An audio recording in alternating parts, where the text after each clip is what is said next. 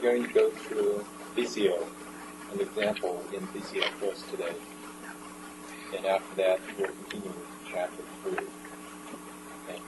So if you have any questions, please hold them till after the DCO demo. Because through the demo, I may answer some of your questions. Right? Before I start, I think I would like to alert you to something that's happening in Europe. You know what's been bothering Europe, right? Huh? The economy, right? Why? Europe. Why?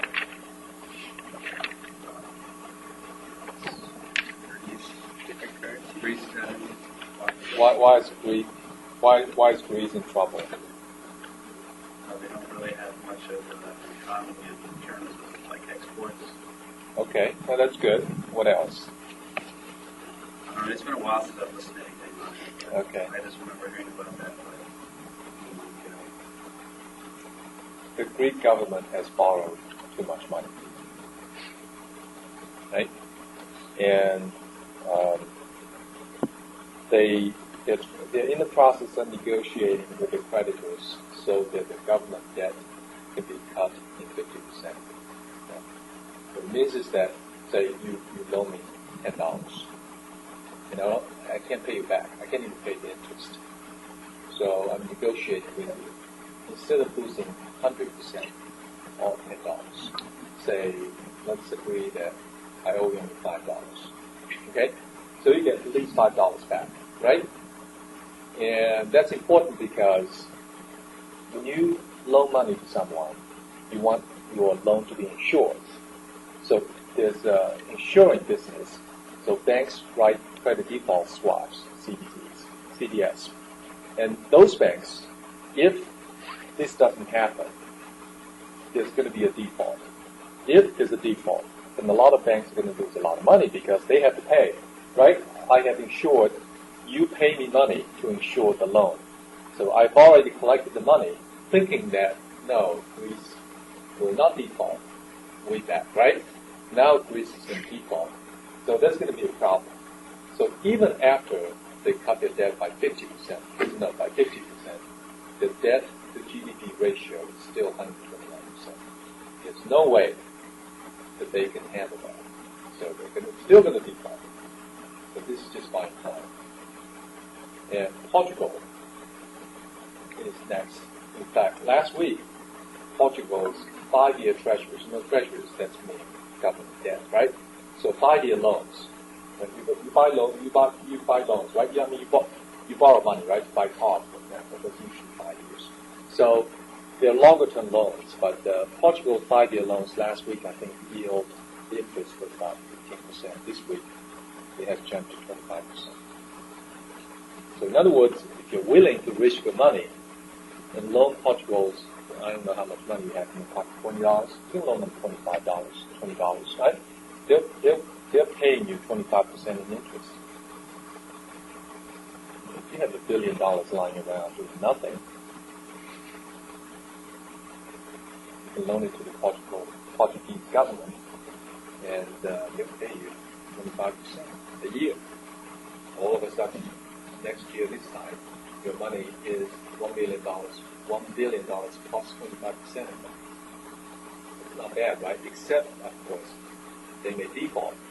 If they default, we lose all of it. So that's the risk. Exciting stuff, right? You're young, you may not care about this, but you're going to get old one day, right? That's one thing that I know for sure. You will get old. You're going to get up, your joints are going to hurt, right? You won't think as fast, right? You think a mile a second today. Later on, when you're my age, you're going to think about 50 feet a second, right? Huge difference. So, you think about retirement. You need to build up to that moment, all right? So, those are things you need to keep in mind. And this is the only professor on campus that actually talks to you about stuff like that. The only professor on this planet that actually talks to students about retirement. Has anyone talked to you about your retirement? No. Right? Because I care about your retirement. Seriously, this is important. If you don't understand those phenomena, you're going to suffer from it. Right? You're in this place today because you are going. You want to be in a stable profession, right? Why do you be in a stable profession? Because you want to be in a profession where you work and can get paid, and hopefully get paid well. Who doesn't want to get paid well? The U.S. government does, right? Everybody wants to get paid. Okay? So you don't want to end up in a situation where you're paying others a lot of money, more than you make. Keep that in mind. All right. So what I'm going to do first is a short demonstration of VCO. I gave you some.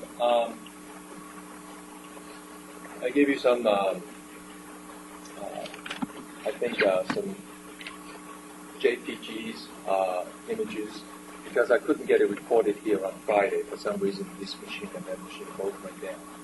So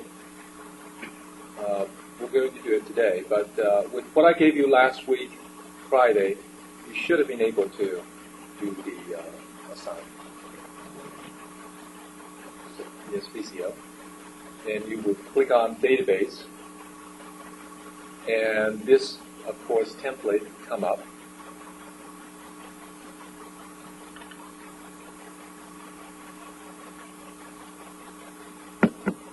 I did send an email last Friday to have it fixed. And I got an email today, this morning, saying that it was fixed.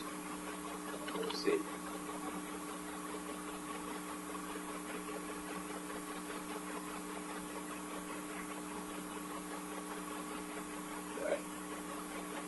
While we wait for it to complete initializing itself, do you have any questions about the assignment? No? You finished the assignment, right? Okay, very good. Now, unfortunately, you can't start on the next assignment because the SQL Server log was full. So I thought I could finish assigning the accounts today, and give them to you today. But I couldn't because the account was the log was full, so the server would have to be the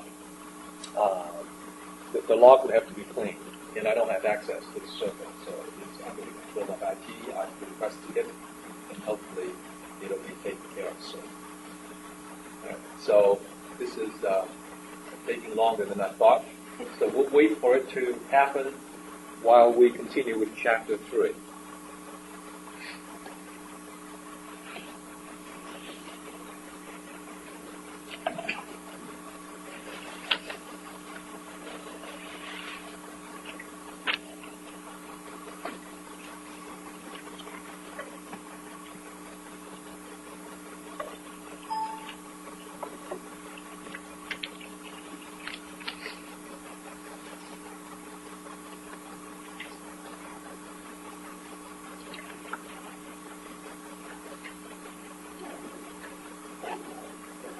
We talked about this. A primary key, is a unique identifier. Now, very important that the primary key of a table may contain just one attribute, but it may also contain more than one attribute, right?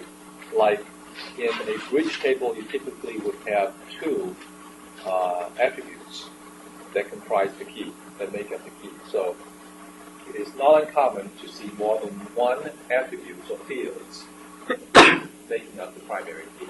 But there's only one primary key per table. But you may have more than one candidate keys there, right? So you can have, say, for example, in the student table, you may have the student ID and the social security number both serving as the potential primary key. But only one of them will be chosen as the primary key. And in our case, of course, student ID. Social security number is usually not used as the primary key because it's for privacy issues. So this functional dependence notion is important. It says that given the same primary key value, you're going to only get one row back and the same row back, right? So given your student ID, I don't know what your student ID is. Let's say it's 111, right? Given your student ID, you're only going to get your information back, right? You're not going to return two rows. Only one row will be returned by the table. That's functional dependence. And so composite key, therefore, is, in the case of primary key, composite primary key, of course, is a primary key containing more than one attribute, right? This is a review, but still, if you have questions, raise your hand. And key attribute, of course, is an attribute that has been chosen to be the primary key or part of the primary key. Super key is simply any combination of attributes that uniquely identifies the row. It's any combination that can have to be the minimal set. The candidate key is the minimal set of attributes that uniquely identifies each row. It's the minimal, right? In other words, it's minimal meaning that if you were to take away one attribute from a candidate key, it would no longer uniquely identify each row. That's what candidate key is, right? So it's the minimal super key. Another way of saying it. Do you have any questions about that? I gave some examples last week, and I don't know if you recall what I did.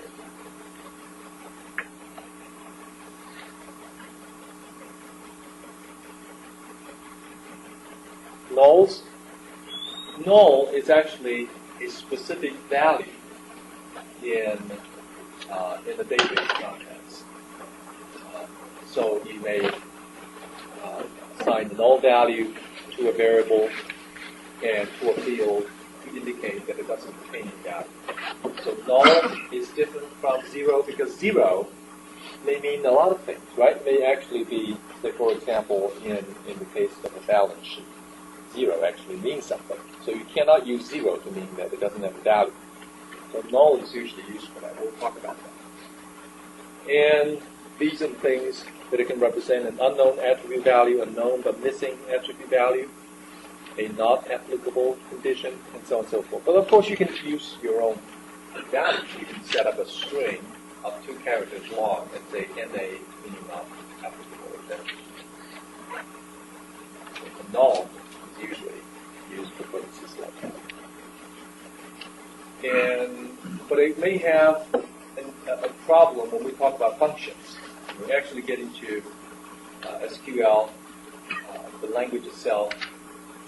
It may create some problems, but we will talk about those when we get there. So, in Chapter 1, we decided that redundancy is evil, that it's to be avoided at all costs, and so on and so forth. And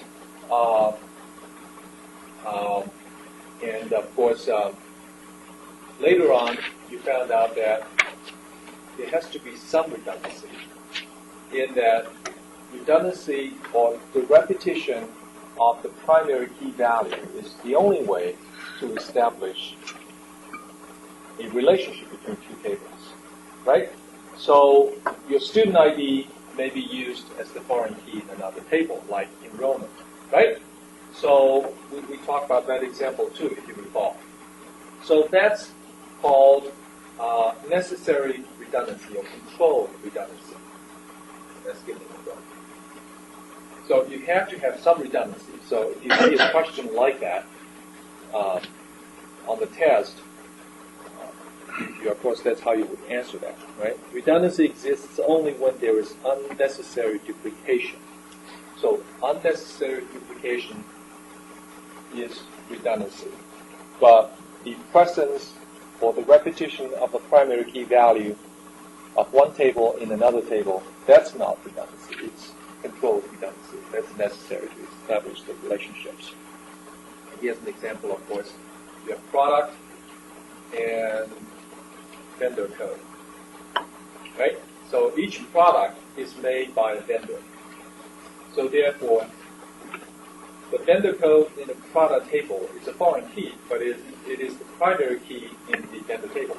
You all know that, right? The foreign key in any table is always the primary key in the other table. Always. Always the case.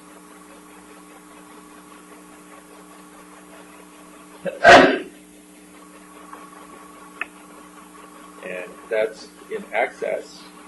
It's fairly straightforward for us. So we have seen foreign keys, we have used foreign keys in this access assignment, for example. And now, what is a foreign key? So a foreign key is simply an attribute, sometimes a set of attributes whose values match primary key values in the related table. Usually it's one attribute, because if it's more than one attribute, then it might create some performance issues. We'll talk about that later. But two things are important.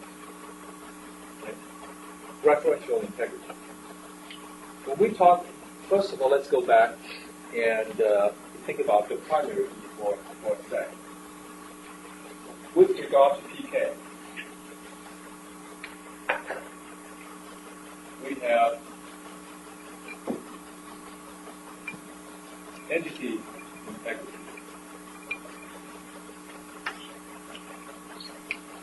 Entity integrity is given in the book. It's defined very clearly in the book. Simply put, entity integrity means that every table has a primary key defined, right? So the table, you can say the table exhibits entity integrity if the table already has the primary key defined, which implies that, of course, every row is unique. That's what entity integrity is. It means that there's a unique identifier for the table. And that identifier, of course, is the primary key. And the primary key may contain one attribute, two attributes, three attributes. Of course, you want two set attributes, one or two attributes, usually one attribute, like the student ID, right?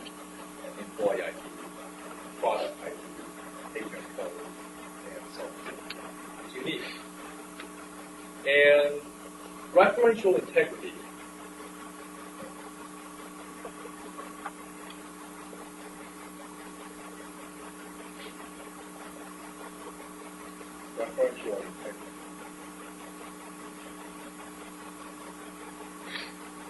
is for foreign keys.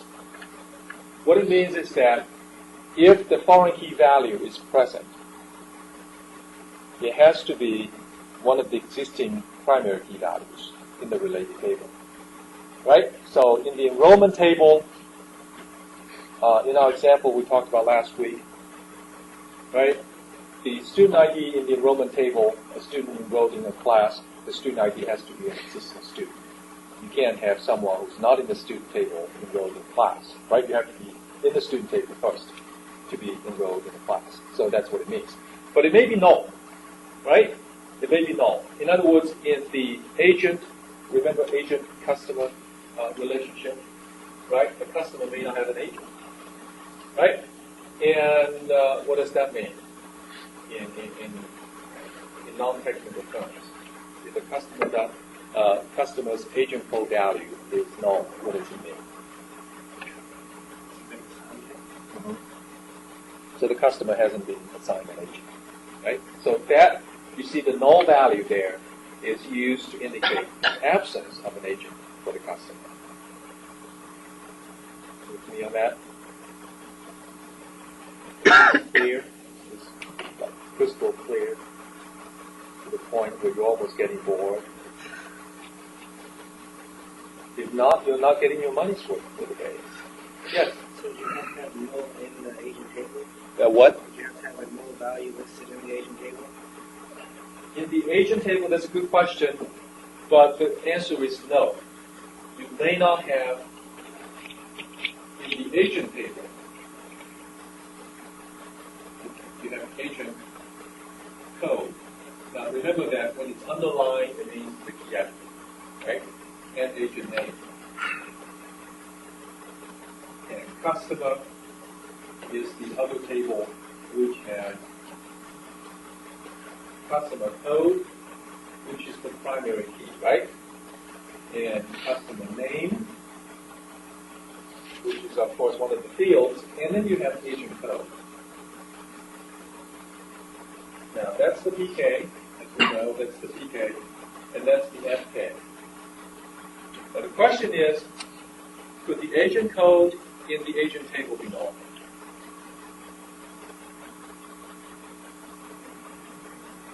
I think the agent has no value in that agent. No. All right. The answer is no, but it's a great question. All right. The answer is no, because that I could see why you would ask that question. In fact, entity integrity says that the primary key value may not be null. It may not be null. The primary key value has to be unique. Then you would think that if we only have one null value in the table, then it's unique, right? But it's unique and it may not be null. Okay, good question.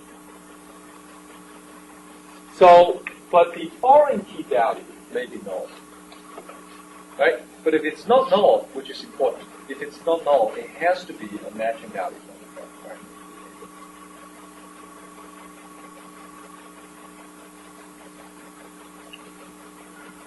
Right?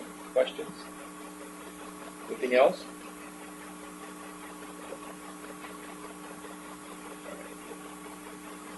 Secondary key is something we're going to talk about much later today. Suffice it to say that if it's a foreign key, it is by definition a secondary key. In other words, it's an indexing scheme. If you haven't taken 200, then it might be a little difficult conceptually to understand the implementation of a secondary key. We'll talk about that. I'll throw some 200 stuff so you can understand conceptually at least. No C-sharp coding, just don't have time for that. Okay, so this is just a summary, and you can read that, right? So remember that a candidate key is a minimal superkey. It's a minimal superkey. And a superkey is simply a set of attributes that uniquely identifies each row.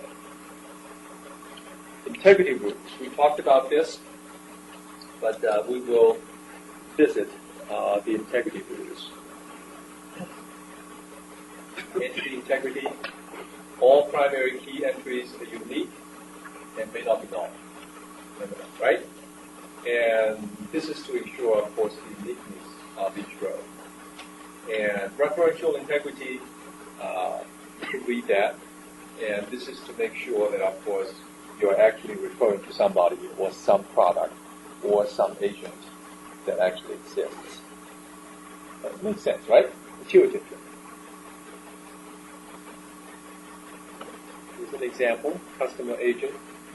And you can see that. Now, I want you to give me an example, right, using this database. I want you to give me an example that would violate entity integrity. Change a value in any one of the tables so that the entity integrity for that table will be violated. The lady in the front. If there wasn't any in the agent code table, if there wasn't a value next to 503, or like 503 wasn't there, but they had a The rest of the row? Yeah. Okay. All right, that's good. So she said if you were to take out 503 in the last row, then you would have violated entity integrity, right? Entity integrity means that every row has to be unique, which implies that there's the primary key defined for the table, and the primary key value may not be null, right?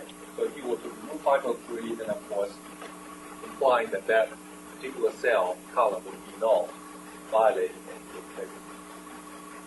So similarly, you can give a similar example for the agent customer table, right? If you were to remove any of the customer codes, right? Then you would have a violation of entity integrity for the customer table, not for the agent table if you had done anything with the agent table. So can you give me an example of referential integrity violation? Yeah. You had an agent code in the customer table that wasn't actually in the agent code table. Specific example. So like if you had agent code 506 in the customer table. That's correct. If you had 506 in the customer table, any one of these becomes 506, then it would be a violation of referential integrity because now you have an agent code refers to a non-existent agent. If I were to make this null, would I violate referential integrity? So remember that null is okay. Even though in your database design, you may make the agent code required, right? Well, just so happens in that particular design, your database, the foreign key value may not be null in that particular design, right? But referential integrity states that it has to be an existing value. If it's not present, it has to be null, or maybe null, right? So, but specific designs may require that the agent code be specified. In other words, in this particular case, you can say, hey, you can't be a customer. I cannot enter your information into the customer database until I know your agent is. That could be just a business requirement. It's entirely dependent upon, of course, the business group. So that's why in 320 or classes like that, you're going to have to understand the business rules, right? How the business operates. It's really important.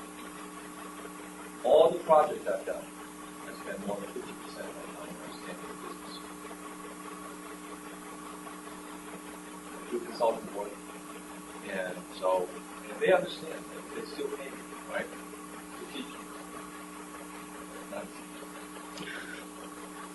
I like getting paid. You do too, I hope.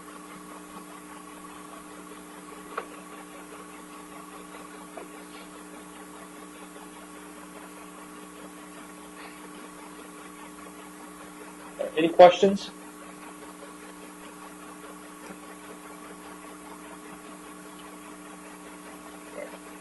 Now, we're getting into some more conceptual discussion.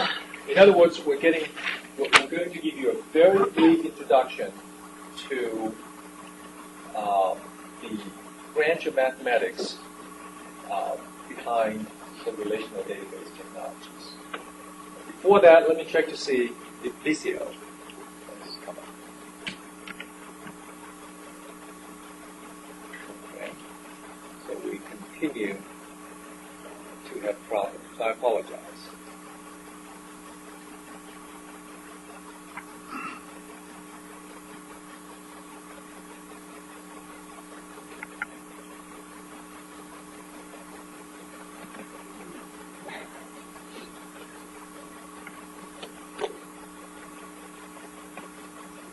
Did you get VCO to install? Okay. What was the problem? I had to write on a disk, and then I also had to save the file. If the file wouldn't play off the disk, I had to save the file and copy it to my desktop and write on my desktop. Okay. He has a Mac, so, but with Windows, it should be fairly straightforward. Right, let me see if it works this time.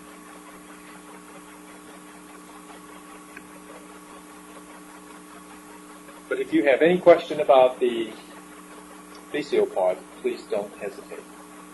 And also, on Wednesday, I don't know if it's the first part of the class or the second part of the class. Since nobody showed up at the Kaizen meeting, I have invited them to come to the class to talk to us. All right, so it's going to be Wednesday, but I don't know if it's the first half or the second half when they show up. All right, but there'll be 3 CIS graduates that are there working full-time jobs. and they're going to tell us what they do. So these are people that have taken the classes that you're taking or have taken or going to take, and they can relate. You can relate to them, I think, and they're going to share with you what they have done, what to avoid, which professor to avoid, how to. I mean, I'm going to leave the room if necessary, and so on and so forth. And then, of course, they're also going to talk about their products, and then this SharePoint boot camp. If you know SharePoint in Louisville right now, you can write your own ticket. Yeah, I've heard from other companies, there's just no one that they can hire that knows SharePoint. All right? So I just want you to at least be exposed to the technology, know something about it. Okay. So I know that you have in mind what you would like to do, but sometimes you may be proven wrong, right? There may be other ideas that you can explore. Just keep an open mind. That's what I would like you to do. And plus, I think the most important part of the discussion on Wednesday, of course, is that these are students who have graduated from the program. One of the students took 310, I think about a year or so ago, and after that, Louisville Water Company approached me. They want to build a system to measure the efficiency of their crews. You know, Louisville Water Company, when something breaks, and they come out and fix it, and hire crews to do that. And different crews will charge different rates in terms of hours, right? And they have to pay different. So they're puzzled by that. So they came up with a set of measures to measure the efficiency of all the crews, and that system needed to be built. And they approached me, and of course they had such a low budget. I said, I'm not going to do it. I'll do it for free, design for free for you, but I'm going to ask a student to actually do the work.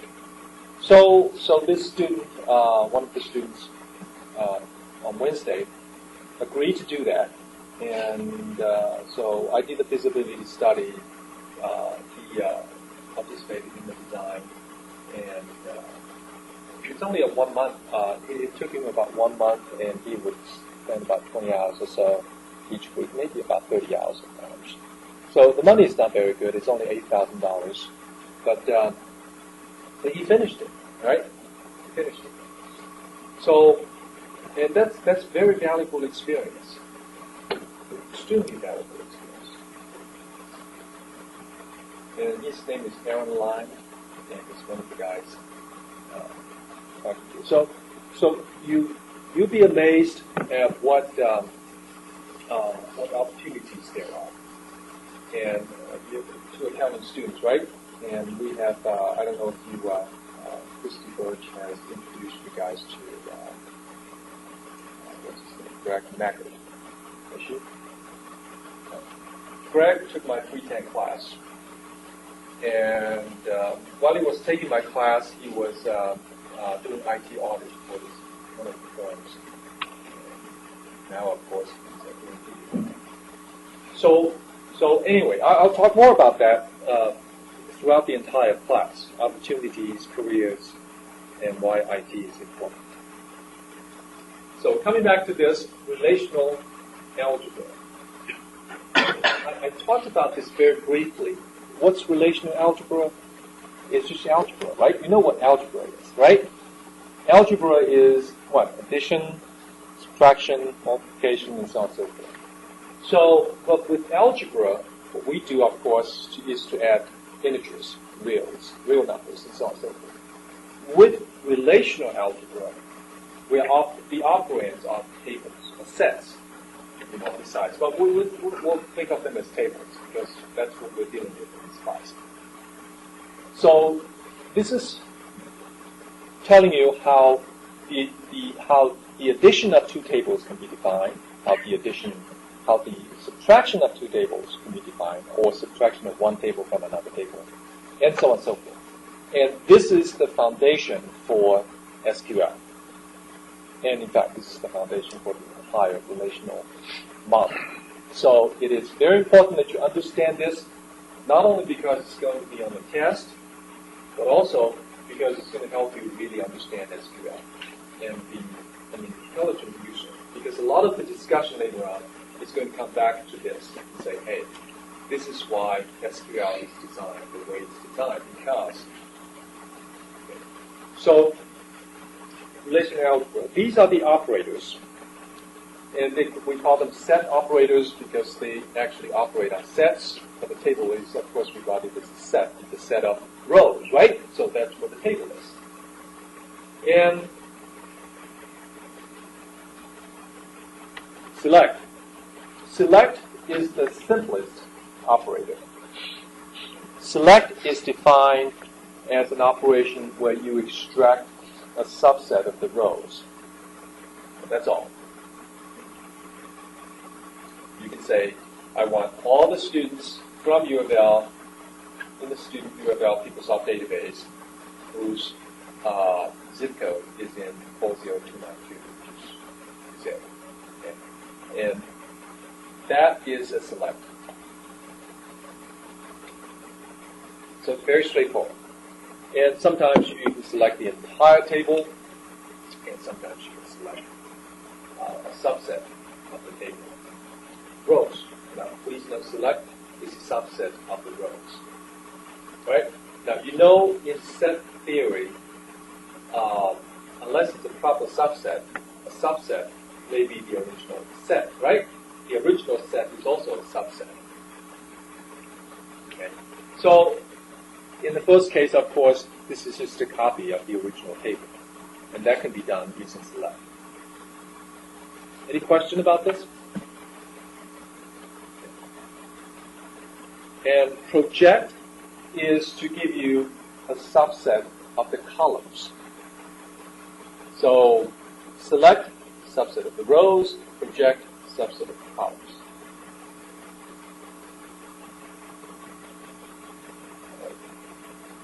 And you can be, of course, the entire table, right? That will be a projection of the table.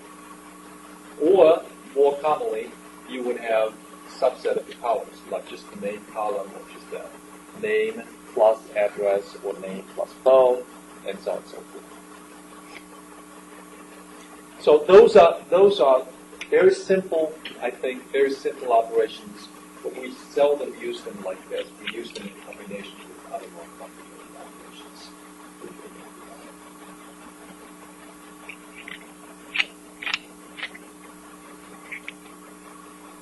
Right. Union. Union is a binary operation in that it takes two operands. Union is the equivalent of the addition operation. It's adding two tables. It's called union. And what's union? Union is combining two tables to produce a third table. And one thing that's really important you have to keep in mind is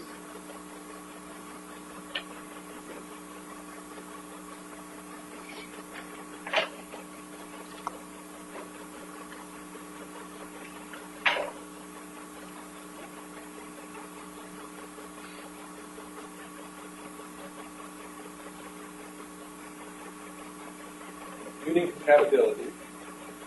Union compatibility means that the two tables being unioned have to have the same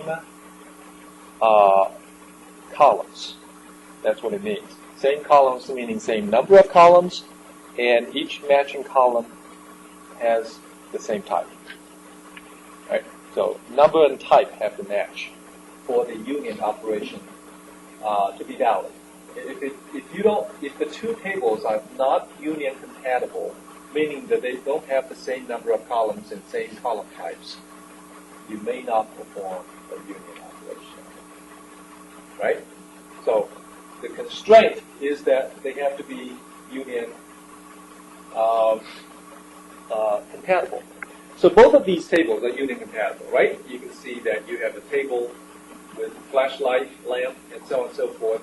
And then you may have a table with small electronics devices, and then another table with, I don't know what the one on the left is called, gadgets.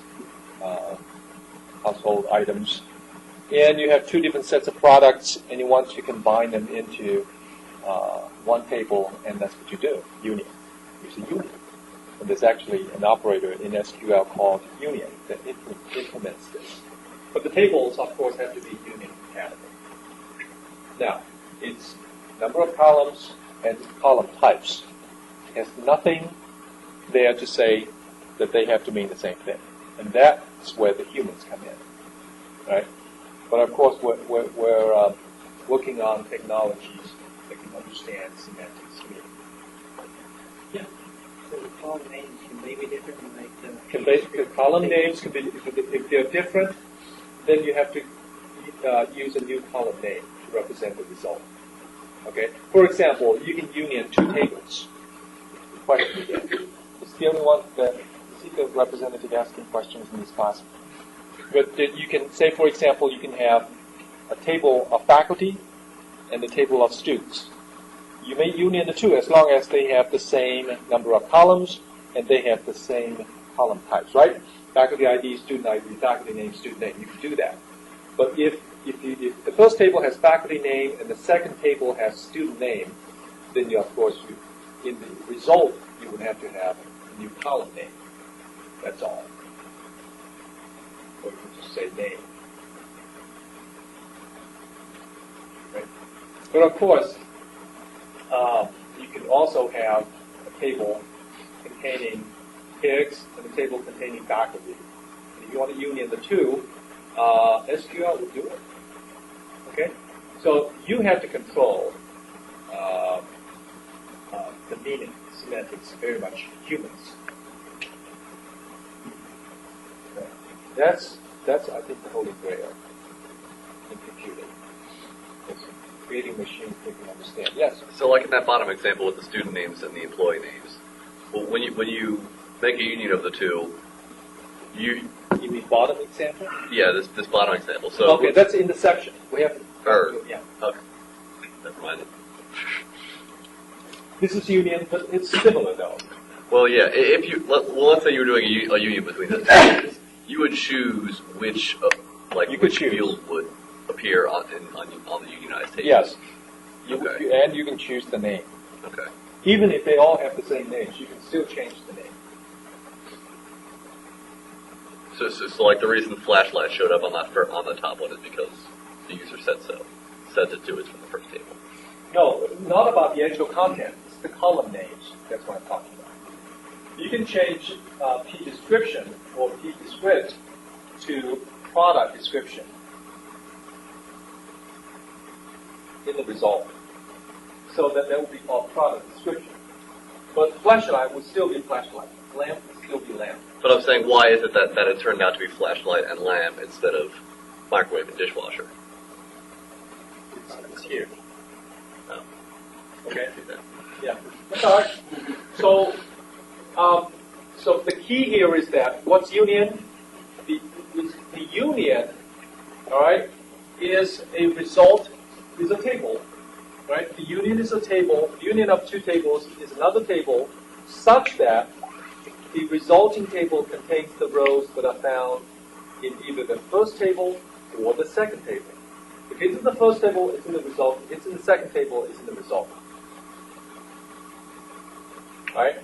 If I have, okay, if I add a row, now listen very, very carefully. Okay? If I had a row here called 311, I'm going to write it down so you can all see. First table. If I add a row called 311222, and I add, okay, and second table, I also add 311222, I add. What will the result be?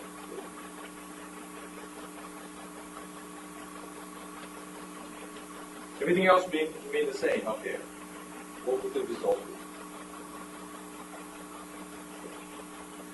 Would have that column, would have that row twice.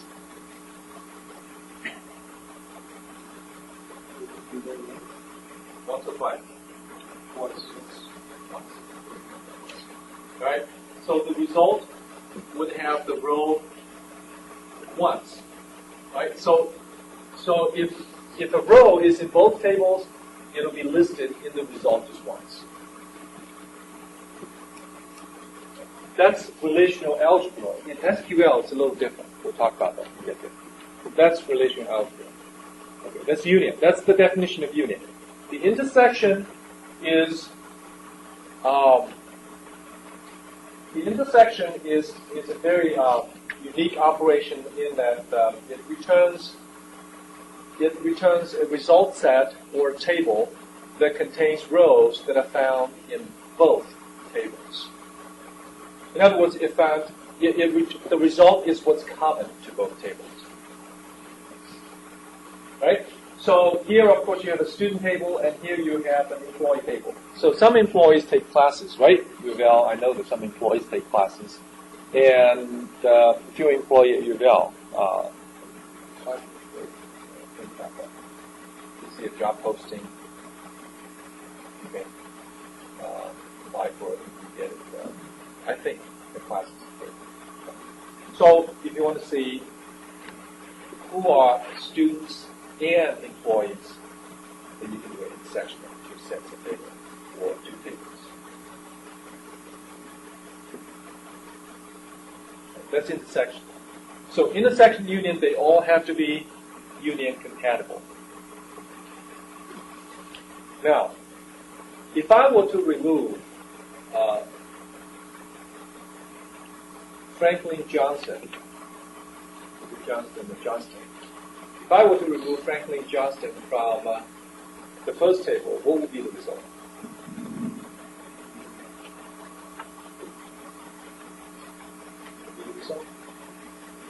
If Franklin Johnston was removed from the first table. You sure? You sure?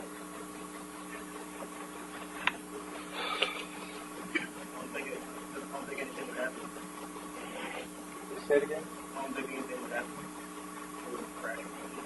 Crash. Blank table. Blank table.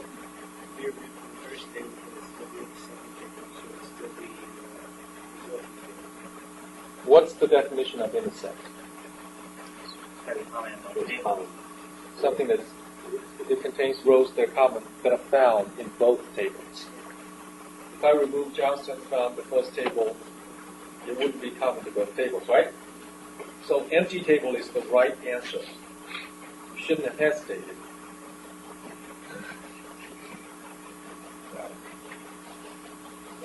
I just wanted to confuse you. You know, confusion leads to clarity, right? You don't get confused in the first place.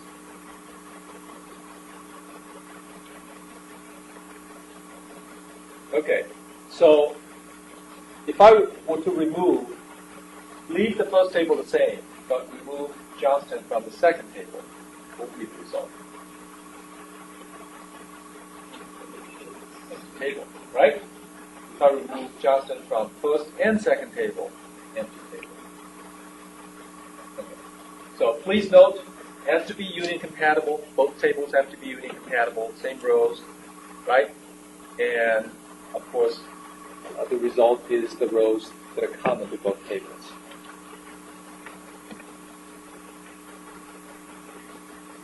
Difference. Difference is an operation where you remove the rows in the second table from the first table. The result is the rows in the first table with minus the rows in the second table. Okay? If you look at that, you have Jones, Smith, Robinson, Johnson, Lopez. So, and you can see that but this is Martin, right? Not Susan. So, no, it's Franklin. yeah, Franklin. Excuse me. So as you can see, this still remains in the result because it's not found in the second table. So what's removed, of course, will be the row that's common to both tables. The second table, what would that be? Franklin Johnson. Yeah, Franklin Johnson is removed. Yeah. So could you say the difference removes the intersect table? You could say that. You could say that from the first table. Okay, from the first table. So the order of the operation difference is important. Union, intersect, the order is not important. A union B is the same as B union A. Intersect, A intersect B is the same as B intersect A. All right? But difference A difference B is not necessarily the same as B difference A. In fact, they're mostly different. All right? So difference is a very useful operation. If you have a set, right, and you want to remove the rows in this table from a larger table, you just do a difference. Yeah. The sequence of columns matter. Like, say the second table had employee last name first. Would that be union uncompatible? Not in algebra, but in SQL, yes. You have to make sure that they are lined up correctly. Okay. But in relational algebra, we're doing it by hand. You know, it's math, but we usually have them also ordered the same way.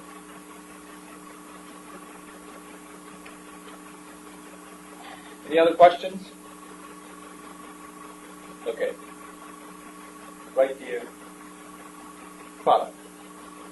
This is going to be one of the most important concepts in this class. Product. Okay. And I want to spend some time on it, and I want you to understand it. And please don't be shy if you have any questions, so that we can thoroughly understand product. Product is an operation much like, you can think of it as multiplication. A multiply B. In other words, one table multiplied by another table, but it's defined differently, of course, than algebra. And product is an operation where you get, first of all, the two tables do not have to be union compatible for the product operation to be defined. They don't have to be union compatible. In fact, in most cases, they are not union compatible. When you find the product of two tables, in most cases, the tables involved are not union compatible. So keep that in mind. The product is defined as all the possible combinations of the rows of the first table with the rows in the second table. So, as you can see, flashlight appears 3 times in the resulting table because first time it appears with W, second time A, third time C. Right? Did y'all see that? So that's product. And so if the first table has, let's say the first table has 10 rows, and the second table has 5 rows, you get a resulting table containing what? 50 rows. That's the product. Okay. Product is one of the most common operations in a relational database. Right? So you say, this is here, it may make sense to you why relational databases require so much resource. We constantly are finding products. Products of tables, not 5 rows or 10 rows, but 500,000 rows, with one table with 500,000 rows, with another table containing 52 million rows. Okay. And when you do that, you can see the amount of resources that are required to perform that operation. And it's not just performed once, it's performed repeatedly, multi-users. Right? So database is serious business. Serious business usually means serious money. Okay. So, product. Any questions before we move further? We're not far from being done with product. But I want to move on to the next slide unless you have any questions.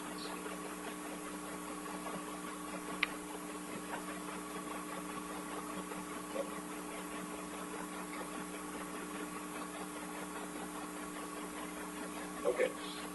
Product is part of the operation for join.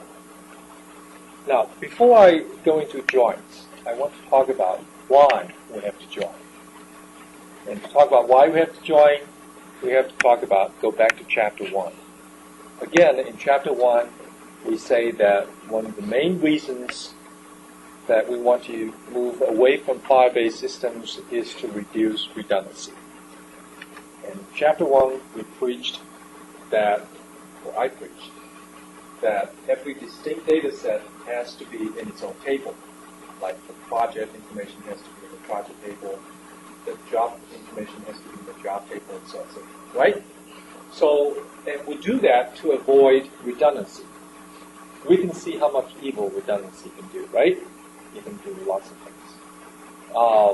Insert anomaly, update anomaly, and delete anomaly. Those are some things that can happen in a database. So as a result, you end up with an inconsistent database. So if you go to one part of the database to retrieve information, you get one number, and go to another part and retrieve another number, right? And that can be very, very serious. If you have a small business, you can sometimes reconcile the differences. But if you have a large business, multinational, especially, then it becomes quite a challenge. You may even go bankrupt, right? If you're a public company, you're using other people's money to run the business. And that's, by the way, it's the best thing to do. You always want to risk other people's money rather than your own. Okay. So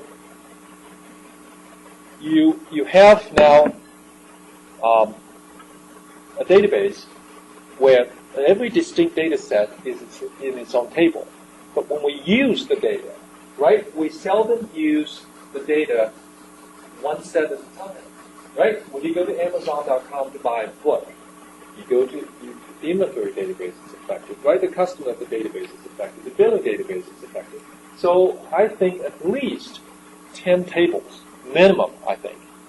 If you buy a single book, copy of a single book, at least 10 tables are affected. So usually, when you use a database, you have to combine information. Right? When you generate a report, say for example, the amount of sales, right? Then you have to go to the customer database to grab customer information, product information, pricing information. That's from 3 or 4 different databases, probably affecting 40 tables or so. Right? A large report. And so therefore you have to join the tables. That's where the product comes in. Now, can you understand the rationale for join? Why join is so important?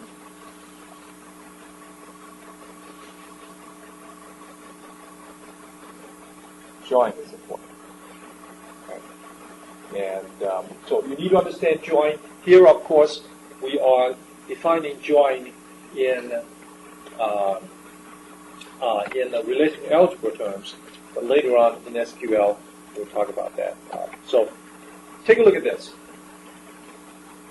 The 2 tables will be joined next. All right, take a look at the tables. We have customers and agents, and you can see that agent 231 has 2 customers, and agent 125 has 2, and 167 only has 1 customer. 421 also has only 1 customer. And agent, actually, 421 shouldn't be there, right? You see that? 421 shouldn't be there. I think that's a typo. So 333, agent 333, doesn't have any customers. So we are now joining these 2 tables. I'm going to actually ditch this example and create. I mean, I'm going to do the same thing, but create a simpler set of tables. We have time for that. And so,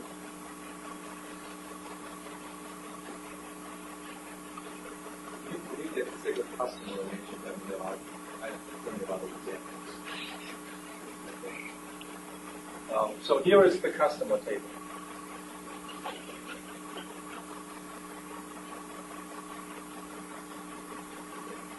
We have customer code, customer name, and agent code. And in the agent table, we have just two columns, agent code and agent name.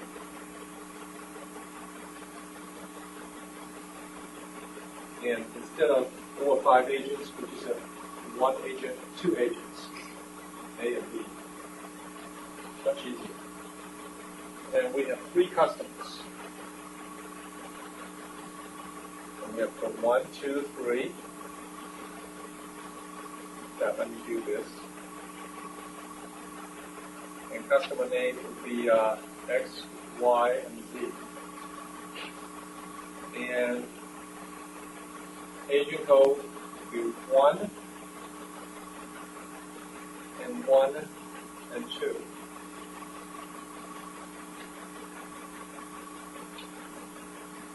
Now, you may be asked to produce a report to list all the customers along with the names of the agent. Right? If you were asked to do that, and you know that, of course, having been through 3 weeks of 310, 3 weeks. Okay, this is for the first test, okay? So everybody is equal in this class. Okay? And after the first test, it's not going to be the case.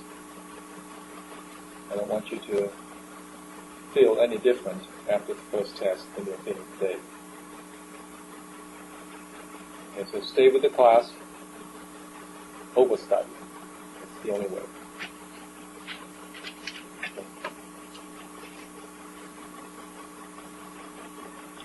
All right. So going back to this, if you're asked to produce a report that lists all the customers along with their agent names, all the customer names and the agent names, then you know that you cannot get the information from one table, even though the customer table has agent code, but it doesn't have agent name, right?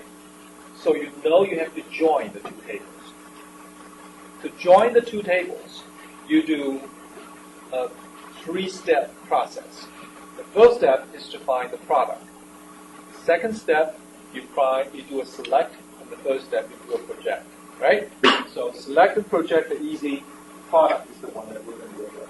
And also, please note, I want you to understand why the product has to be generated. That's really important. So the product is going to be as follows.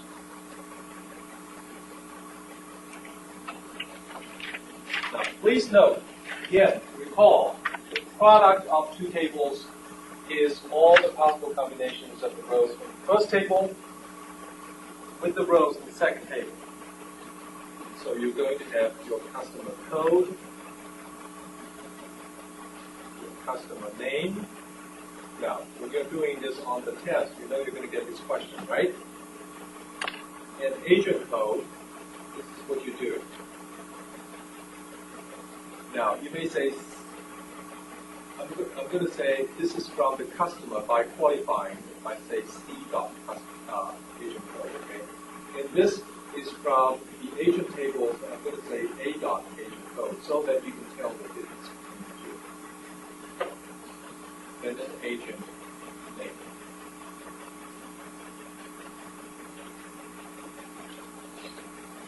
So the end product here, of course, will contain how many rows? 6 rows, right? Okay. When you're panicking during a test, this is what you do. You write down the first row, which is 1, 1, 1, x, 1. You write it down how many times? You write it down as many times as there are rows in the second table. You write it down twice. Same row, please note, exactly the same row. Because we're getting all the possible combinations, right? Whether or not they make sense, right? So, in the second row, similarly,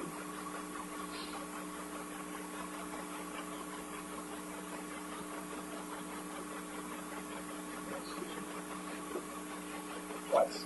And of course, in the third row.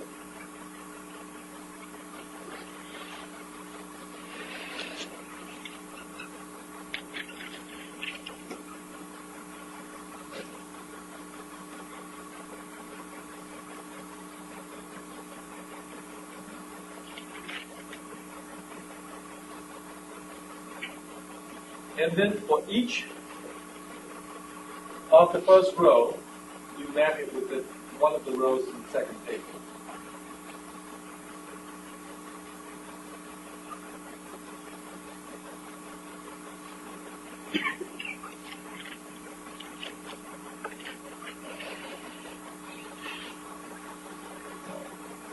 This is the so-called product.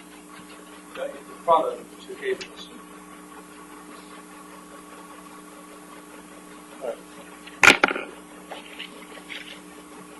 Any questions with product? You think, if I were to give you a test now, just product, if I give you two tables and want you to list the product, the rows in the product, you could do that, right?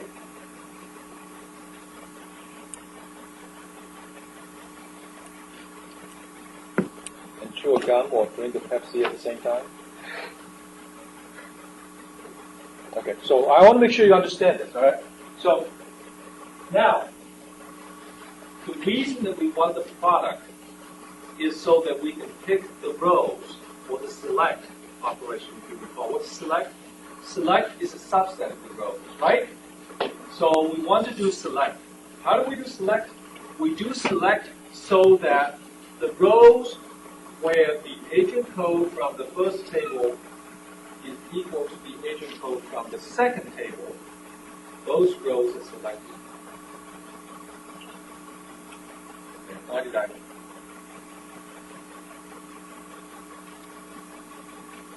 No, this is 2, right?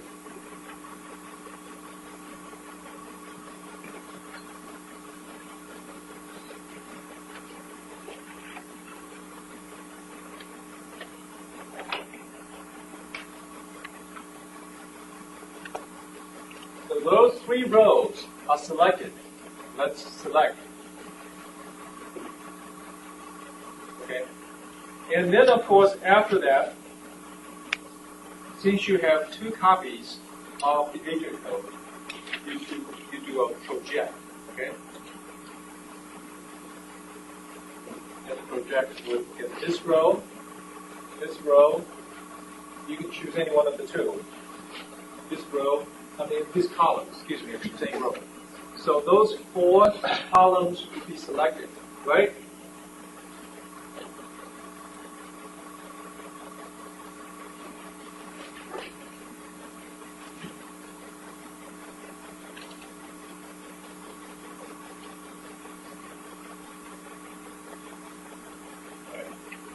And of course, the final result would be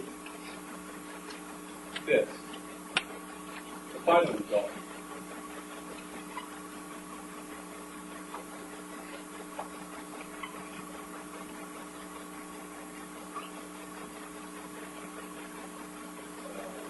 Agent code.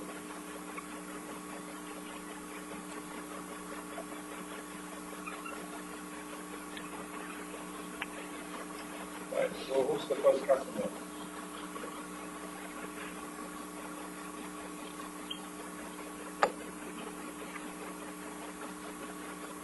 What's the second one?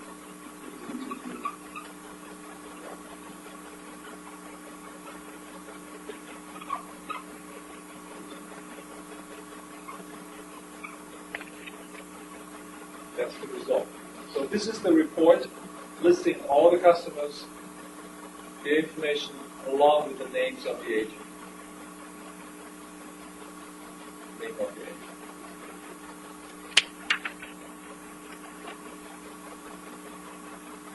We join, right? Join is important because in a relational database, most of the information that you need to gather are scattered in different tables.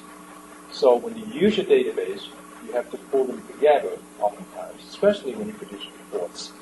And these reports, of course, have to be based on the join. And it's very common for you to join several different tables. Here is, of course, 2 tables.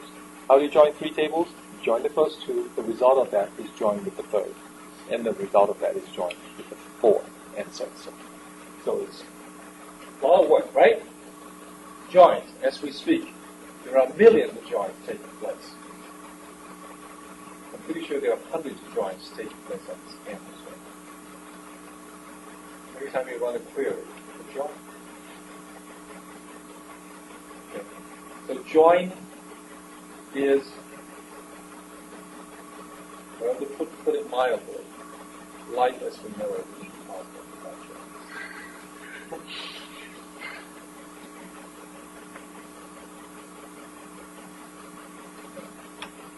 And you have questions about this? Yes. When you're using a join function, the product there, do you have to like manually select the columns, or is that automated in the join function? It's a 3-step process. So it's if you say a join, then you do a product and you do a select and you do a project. Okay. If you're using SQL, yes, you see in the product. You do not see the individual results. So the answer is yes if you're thinking of SQL. But if you're thinking of relational algebra, okay, then it's a little different. You're gonna have to show me this for the sake of the test. Okay, you're gonna have to show me this, which is what I did right there, and you're gonna show me after this select, right?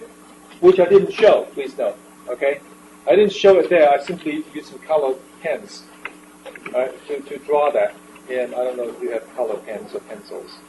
And then you do a project. So on the test, please note, I'm going to ask you to show me all 3 steps.